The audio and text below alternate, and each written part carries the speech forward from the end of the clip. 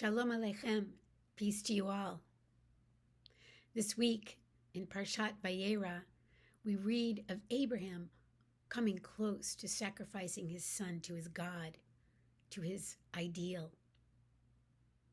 When I think of this narrative, I see the story of a man learning to think for himself.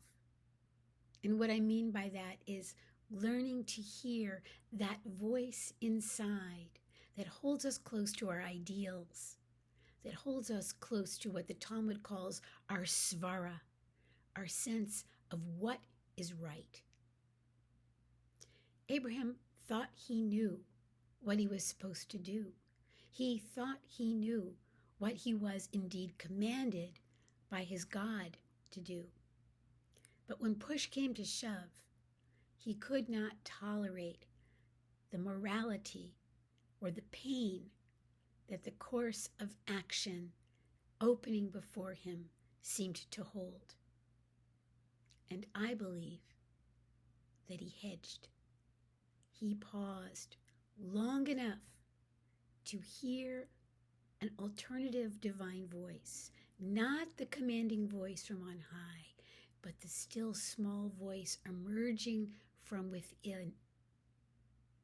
That was the voice of the angel, and that was the angel that stopped his hand and allowed him the spaciousness to see the alternative path, the ram in the thicket. It's a lesson I learn over and over again, not to be so certain I know how the story is going to unfold.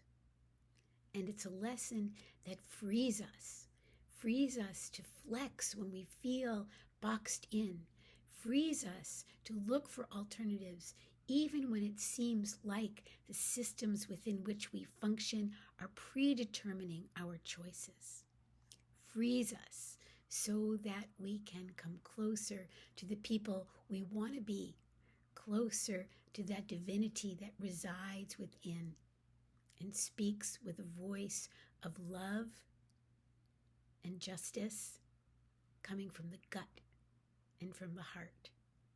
These deep and wise voices are our guiding angels. Shabbat Shalom.